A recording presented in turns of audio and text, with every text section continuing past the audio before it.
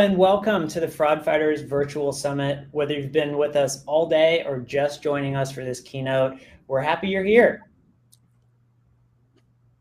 This is the closing keynote for the day, from the underworld to the banking world, how criminals access and exploit the financial system.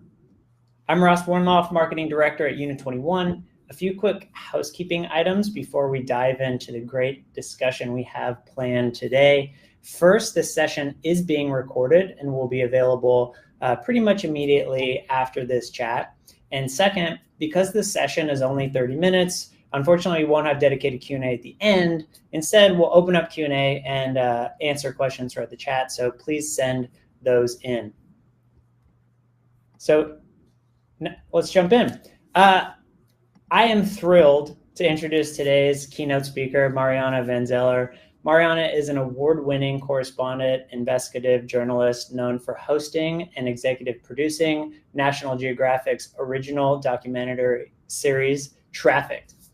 In her work, Mariana explores the complex and often dangerous inner workings of the global underworld, smuggling networks, and Black and informal markets.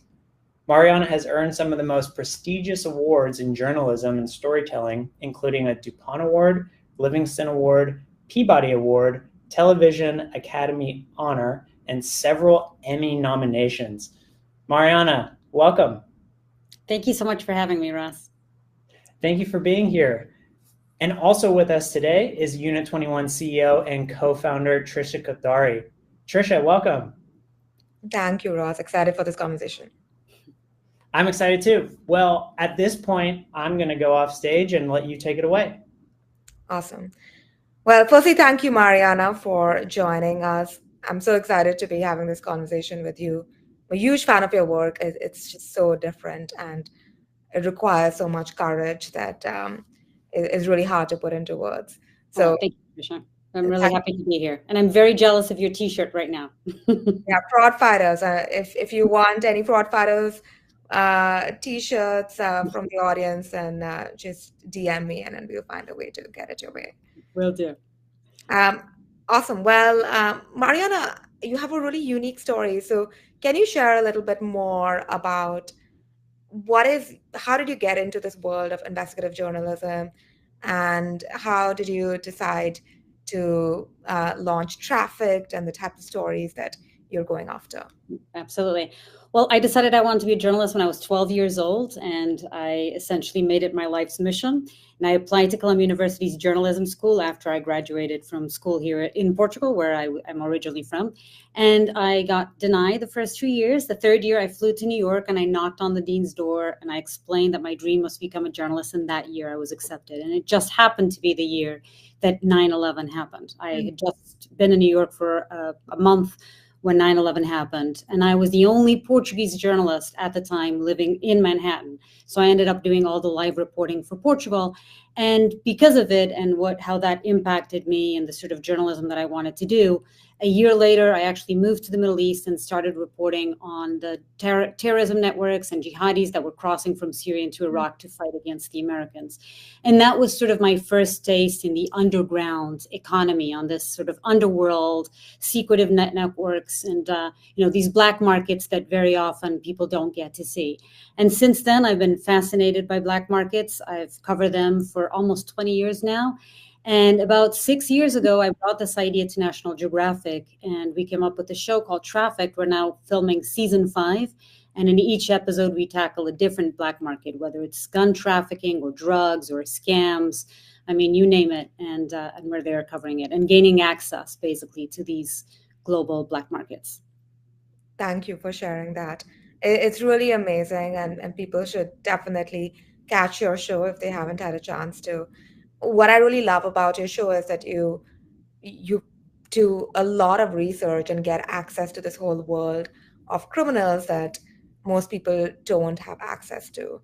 So can you share a little bit about your process? How do you get leads? How do you do research, and how do you get them to build that trust with you that they'll actually tell you about how they conduct scams, etc.?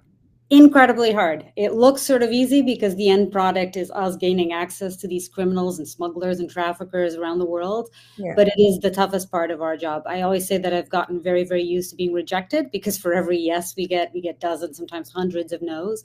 So it's by far the hardest part of our jobs, is gaining access. But in the end, I'd say that, and it goes from making phone calls, searches online, obviously traveling halfway across the world to meet with people who then decide they don't want to talk to you after all. So there's, Wow. relying on local journalists who have contacts, who have the knowledge, who are usually sort of the unsung heroes of our profession, who share all of this stuff with us. But in the end, I'd say that people talk to us. I get this question a lot: why would anyone want to talk to you? And I think it's three main reasons. First of all, it's wanting to boast, it's ego, it's wanting to talk about what they do. A lot of times, not even their family members know that they're scammers or traffickers, or they work in drug labs. And so we give them an option with a mask to sort of tell us what they do. Secondly, I think it's impunity. In a lot of places where we film and work in, there's a level of impunity, such as in Sinaloa in Mexico. I mean, I've worked and filmed extensively with the Sinaloa cartel, and there's a lot of corruption, and they don't really see a downside to talking to an internationally well-recognized brand like National Geographic. And I think the third and most important reason that is often overlooked is this very human characteristic that we all share of wanting to be understood. These are some of the most stereotyped, stigmatized people in our society, criminals. And I give them an opportunity. Again, I always tell people I'm here not to judge. I'm here to try to understand why you do what you do, because I think that's much more important, to try and fight these black markets, to understand why people are motivated to work in them. And again, I give them an option and an opportunity to talk behind a mask and to sort of try to understand it. Yeah, it's so interesting when you interview these criminals. I almost feel scared for you because I feel like, oh man, you're asking some really tough questions. And I recently watched the crypto scams episode, where you just asked these guys, these scammers, like, how do you justify like you're stealing money? And you're asking them really hard questions. How do you first how do you think about how they would react to that, and how do you make sure you are safe in these situations when you're asking these really tough questions? Yeah, it takes a long time to convince somebody to trust us, right? So once that process is over and we're there is a certain level of safety. Like in some weird way, my team and I, we feel safer in cartel land in Mexico than we do outside of cartel land. Again, because we have their permission to be there, and we don't just go and knock on a criminal's door with a camera and say, "Hey, I'm here to shoot your underground operation." There's a lot that goes into it before we even bring our cameras. But I think that at the end of the day, the empathy that is sort of front and foremost for the type of journalism that I do doesn't mean that we are not supposed to hold people accountable. I do, and I do ask tough questions. Sometimes they give me a list of questions. We did a story about the motorcycle clubs in the United States, and they gave us like a list of questions. We got unprecedented access to one of the groups, the Sons of Silence, and they gave us a list of questions that we were supposed to ask. And I get this often, and obviously I never stick by those questions. I always veer off, and I ask the tough questions. Again, it's about accountability and making sure that you're doing your job as a journalist. Yeah. Yeah, I think the empathy part that you brought up was so interesting, where I think one of your episode on scams, when you went to Jamaica, the scammer was talking about how she lost her grandfather because she did not have money, and then she was very committed towards not ever being in that situation again. Yeah. And that was interesting because it adds so much nuance to her position, which is definitely a criminal act and really horrible. But there's more of a backstory, which I really appreciate about what you're doing.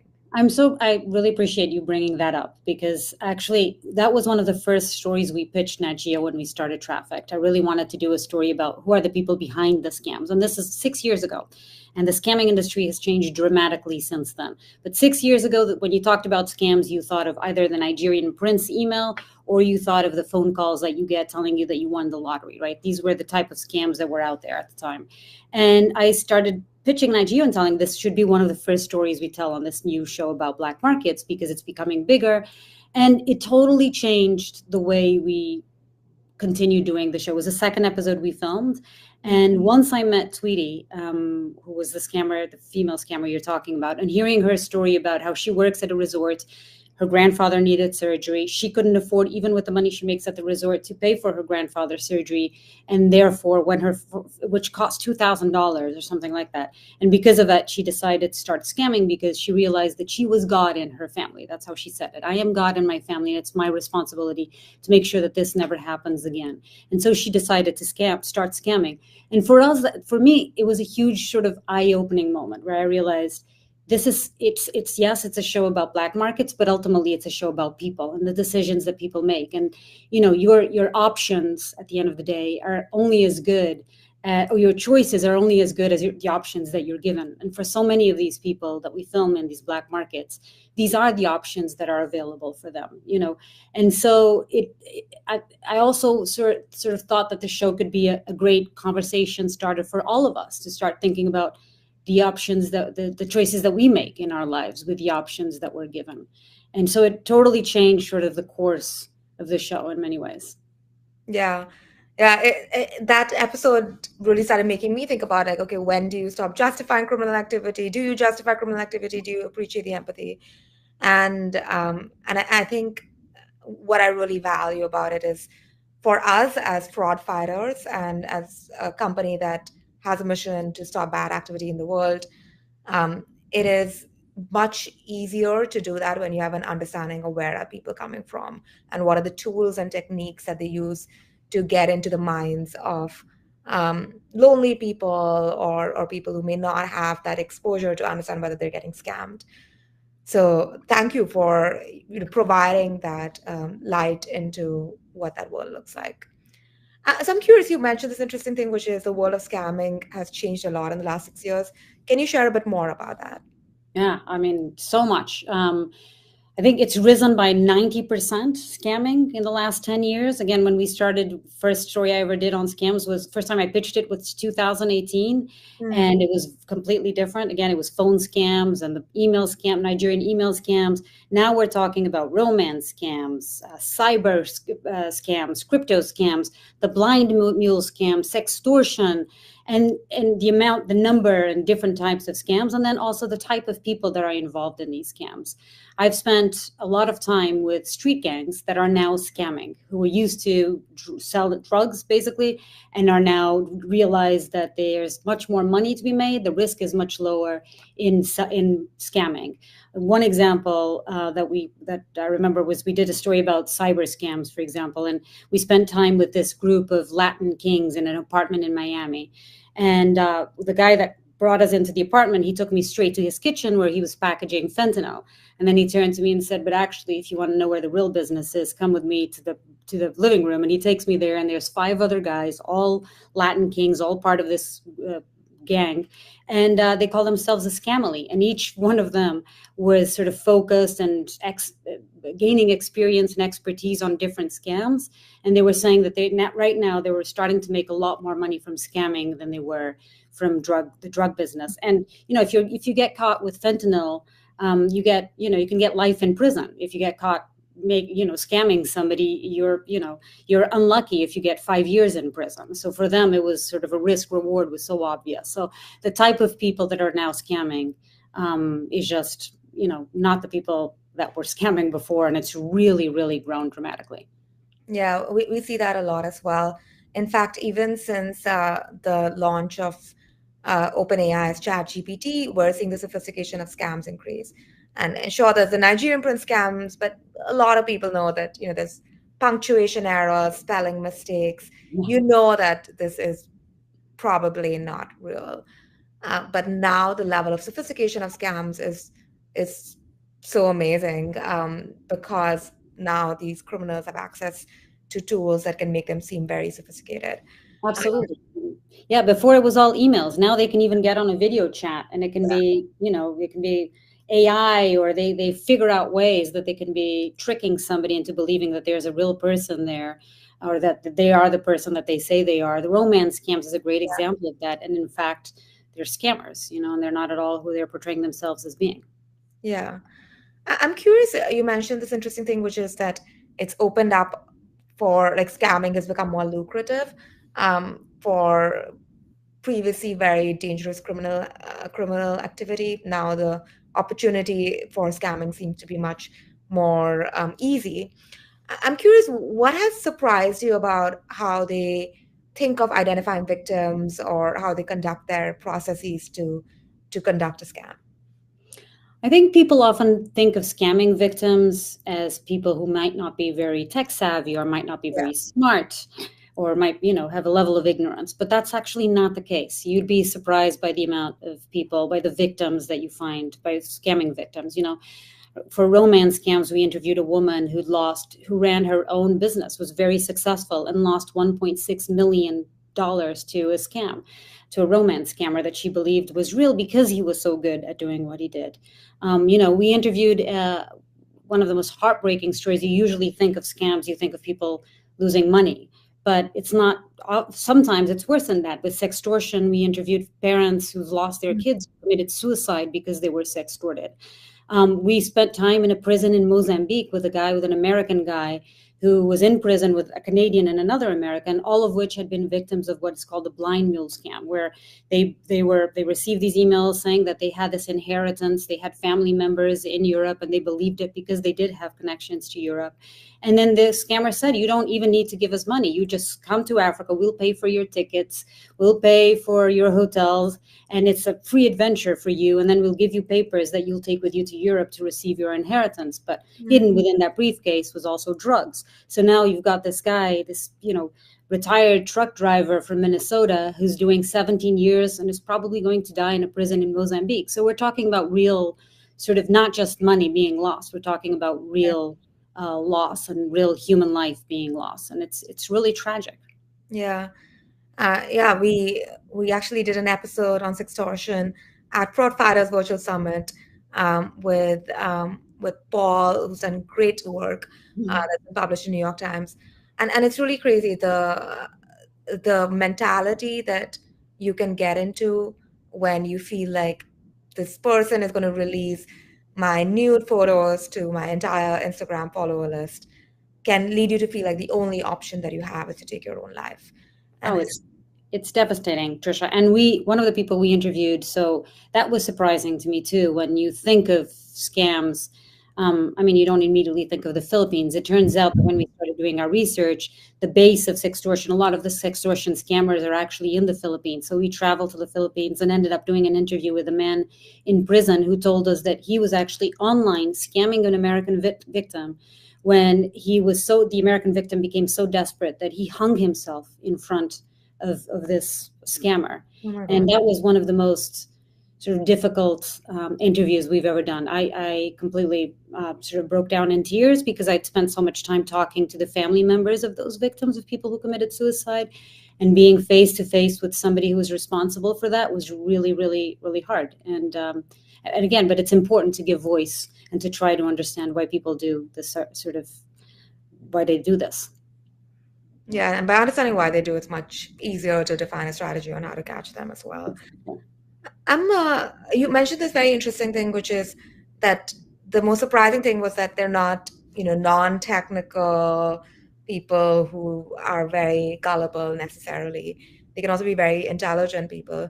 And in 2018, I'm recalling there was about $100 million that Google and Facebook lost to invoice scams. So they were getting fake invoices, they were paying it out. And they lost 100 million. And this is Google, Facebook, right? The most forward-looking technology companies of our time. So I think that amount of shame that people have about it means that there's probably a lot more scam that is underreported. And Absolutely. Yeah. Yeah, I think it was $10 billion that Americans lost last year to scams alone. And I think that number is actually underreported. I think it's probably much more.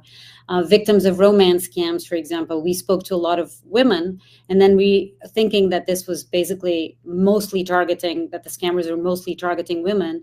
And when we arrived in Ghana and started talking to the scammers themselves, they told us that actually the majority of their victims were men, but men are much more embarrassed to talk about it. So we didn't find one single male victim here in the United States who was willing to talk to us about romance scams. Yeah. In fact, it turns out that they're victims themselves. Yeah.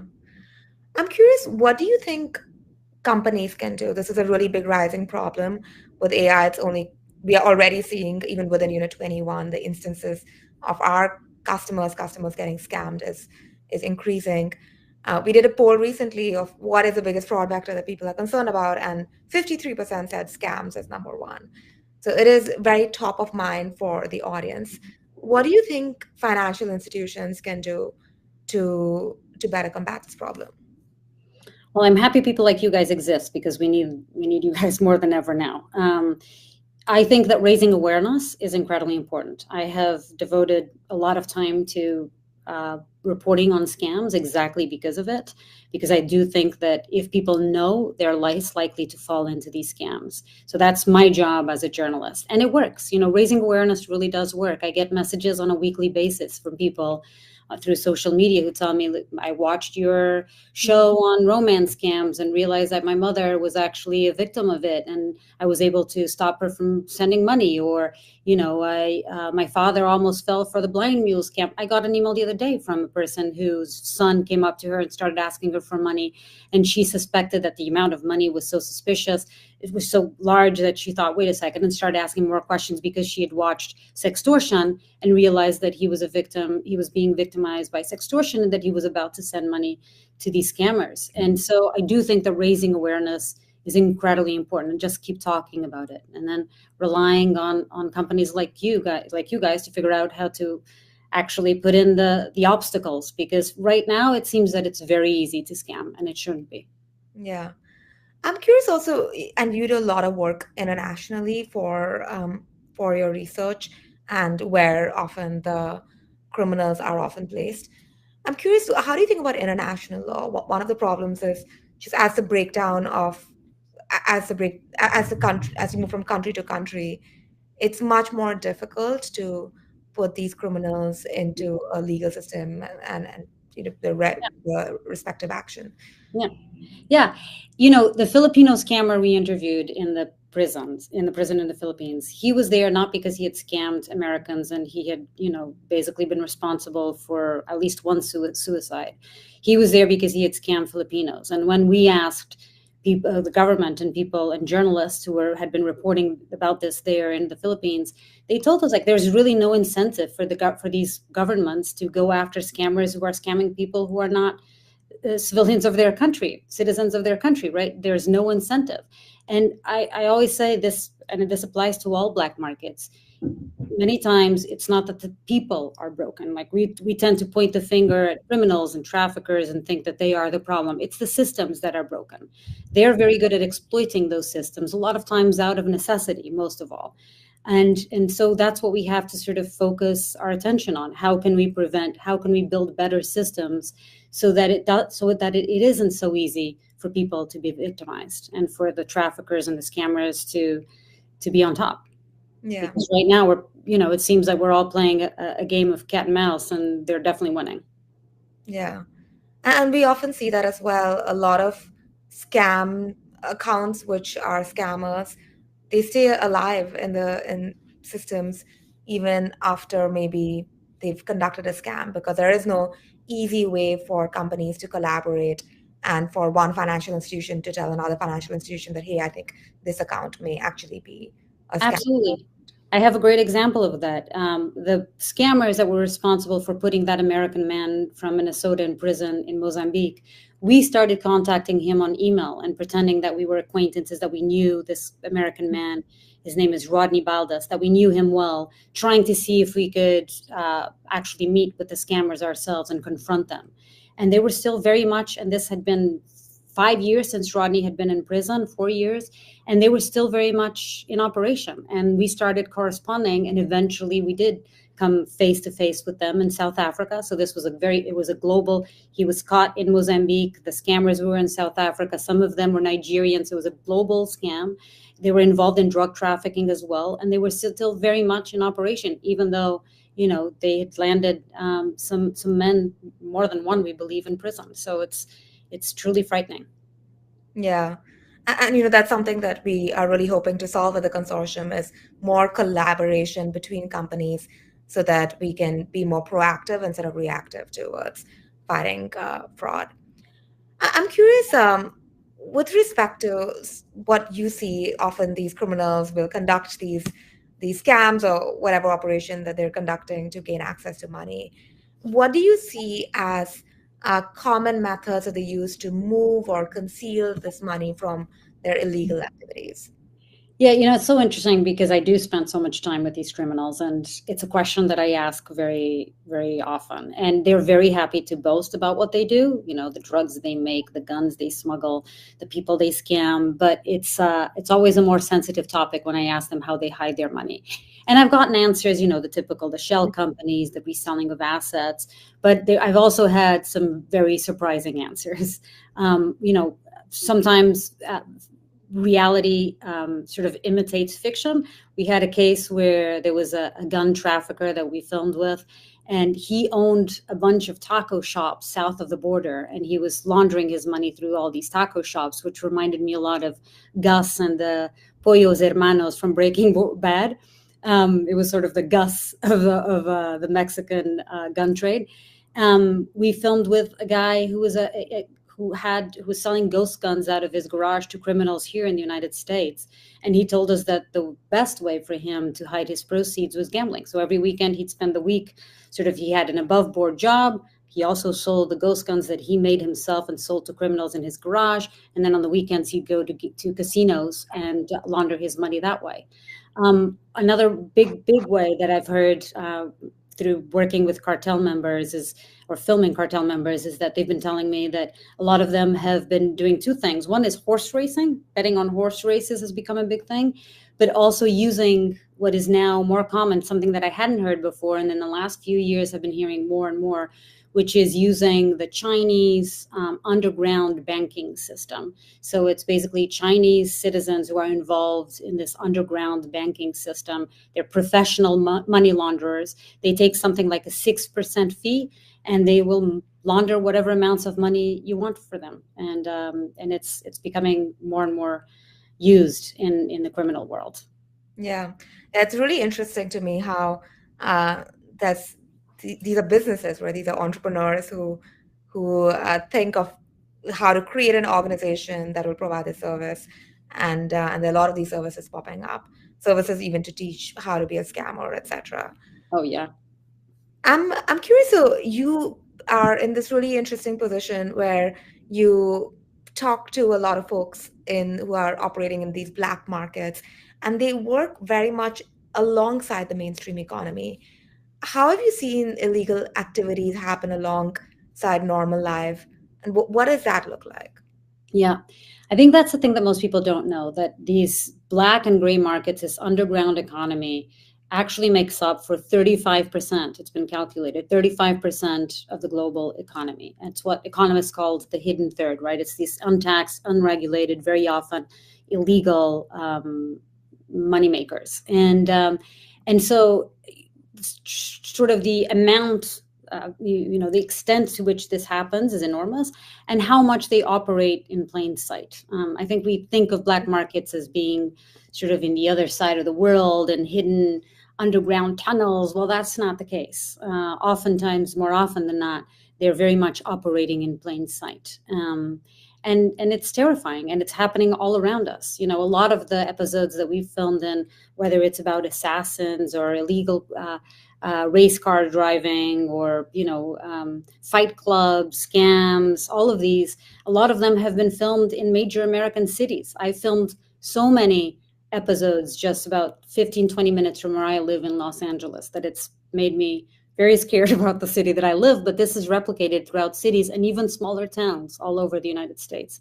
And I don't think most people know that. Yeah. Yeah, it really is interesting how prevalent this is and how there isn't enough light on this. So, Mariana, I really appreciate you shedding light on this and on how and really exposing how these people think, how these people are able to justify committing these really heinous activities, um, and and what are the strategies that they deploy. This really enables our audience, as well as Unit 21, to appreciate what is the mindset of the fraudsters. And by getting into the mindset of the fraudsters, it's much easier for us to actually develop strategies to then tackle against them and win. So thank you, Mariana, for all of the amazing work you have done. It really is so fascinating, and it requires so much courage to do what you're doing. So I deeply admire that. Thank Thank you. you so much. Thank you, Trisha. It was my pleasure. Awesome. Well, I'm going to bring Ian back to the stage, but first, here's a short video. Fraud Fighters, on behalf of Unit 21, thank you for joining us for the first ever Fraud Fighters Virtual Summit. As fraud, risk, and compliance experts, you are truly making a difference to fight fraud and stop bad actors. Your dedication helps create a safer financial ecosystem and brings justice to the world. Please welcome back to the stage Unit 21 CEO, Trisha Kathari, and COO, Ian McAllister. Is that dude like stealing my identity with that voice? It's like so like deep and ready. Hey, listen, so first of all, thank you everyone who's like very, very active on the chat. That was really, that was a really impactful interview. So thank you, Trisha, for that with Mariana. That was awesome. So just so for folks, but don't drop quite yet. We got a couple of things. I just have a few questions for Trisha, but also just want to give you a quick update on the day. So it was incredible. Like we had 2,700 registrants, if not more. That was as of last night. So, and over 1,800 from different organizations. So incredible participation of this community of fraud fighters. And this really started like a year ago. Like we had like the Fraud Fighters Manual. And this is just like where we want to invest, because we know this is a community and appreciate, again, and are honored to be able to sponsor this, but it's the group that joined, that both the speakers and the people that participated in the chat, which really helps make this the community.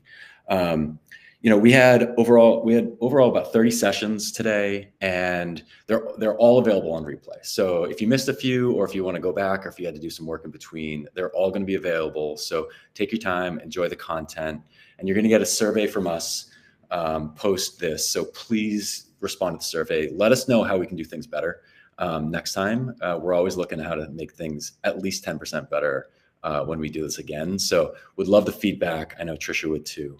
And so Trisha, great sessions. And I do have a question. One big question for Trisha is like, how much sleep are you getting these days? For those that don't know, Trisha just welcomed her first baby into this world. So how you doing? How you sleeping? It's it's a path we're navigating, me and the baby, but it's been a fun ride. If anybody knows Trisha, that's about like, that's a good standard engineering answer of like, I've also heard you say they eat, they sleep, they poop. It's like very kind of algorithmic, which I appreciate, but I know how much you love this company, and appreciate you guys. I mean, you come and join us today. So you moderate 2 sessions, which are fantastic. We also have so many other speakers, and I just want to do a quick shout out. One is thank you to the speakers for the great promotion and the great preparation for today. A couple of things that like the sextortion and the pig butchering. I mean, I have growing up daughters, and I have aging parents, and like those really hit home. So I really love those, and I love the AMAs. Those were fantastic. But just a couple of shout outs. Kip Boga and the team from Seraph Secure. Check out their demo and in the showcase lounge. Jason McCullough has that new book, Banking as a Service, Opportunities, Challenges, and Risks. Take a look there. And if you're not following him on LinkedIn, you should. If you don't follow Frank Rotman from QED on X, then candidly, your life is incomplete. So might as well start following him. Fantastic threads that he has. Becky Holmes, she had a session today on Keanu Reeves' Not in Love with You, but that's available on Amazon. And on behalf of like Matthew Hogan and Aaron West, follow them on LinkedIn for Operation Shamrock. And then anyone who didn't follow Ken Rejock this morning, he actually said he's going to be providing everyone a copy of his book, Laundryman for free. So anyway, so that's just a couple of plugs for the folks. There's many more out there that I probably didn't do enough for, but the people who know me, I love to do things in three. I'm not a very smart person, so I have to do three things in three. So Trisha, like, what were your three biggest takeaways from today? Yeah, firstly, thank you all for joining us today. It's so amazing to get a chance to put together this event with amazing speakers and people who've really moved the industry forward. And thank you all for your contribution through the chat and engaging with this event. The first thing that really struck me was how big scams is as a topic. I recently ran a LinkedIn poll, and there were about 100 people who were responding. This was 2 days ago. And the question was very simple, which was, what do you think is the biggest vector of fraud that you're worried about? And 53% of people said scams. So scams is plaguing the industry. We got a lot of great content on scams, but we have a lot to do, and we're nowhere close to getting around the problem. So this is a very big emphasis for Unit 21 to help the community fight scams in the upcoming months. And we're doing a lot of work here. So please stay tuned and subscribe to our newsletter to hear what we're planning to release. The second thing that struck me was what I love about this event is that the entire fraud fighting community is coming together to tackle these horrible criminal activities that are happening around the world. Fraud is as a community, the fraudsters are collaborating significantly, and it's really important for us to build out the broader fraud fighting community. So for everyone out there, I encourage you to get plugged into consortiums. We have one at Unit 21, which enables you to collaborate in the fight of fraud. And finally, what I love about just bringing and seeing everyone come together is it's a really passionate community. Everyone really cares about the mission, about the problem. It's very evident throughout. It's evident in the speakers. It's evident in the engagement from all of the participants, the questions, the comments. So while we have a long road ahead of us, it makes me feel very optimistic about our mission together. Thank you. That's good. And also, you're the founder of Unit 21. I joined about 8 months ago, and I joined a fantastic team, a team that put this event together with collaboration with others. So shout out to our risk team, our marketing team, fantastic job. But what are the three things? Again, three things. What do you want the three things you want people to know about Unit 21? Yeah, so I'll keep it short. There's a lot more, and feel free to contact us if you want to learn more about us. But the three things that, from why did we start the company? The first is, historically, people look at fraud from a very much financial perspective only, that this is an ACH fraud, this is wire fraud, this is credit card fraud. But, one thing that even Mariana talked about, the fraudster doesn't think like that. And it's important to look at more data. And that's a very big focus for Unit 21, is to look at the life cycle of the user journey and look at all of the breadcrumbs that the fraudster may have left. The second is AI is a big focus for us. AI is a big focus for the fraudsters, of course, and then they're leveraging AI in such unique ways, which, the opening session, it was so fascinating to see those deepfake videos. So with Unit 21 too, we are leveraging AI in really meaningful ways. And there's a lot of automation that we are embedding so that fraud fighters can focus more of their time on creative work instead of manual operations. And then the final thing I want to call out that I referenced a little bit before is the consortium. We launched a consortium about a year and a few months ago, and we've seen amazing traction. We have coverage of 15% of the adult US population.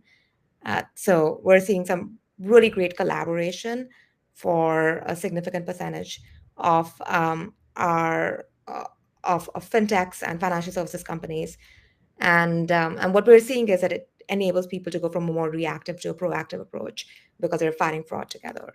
So I'm really excited about that. And if folks are interested, then definitely contact us. No, I like that last one too. Part of the reason I joined, I mean, I worked at Early Warning with Donna Turner, who was on earlier, and Luann Alexander. So, and they're like the OG, consortium for banks. And so I appreciate what we're doing here, and I love what we're doing with the partnership with our clients and partners.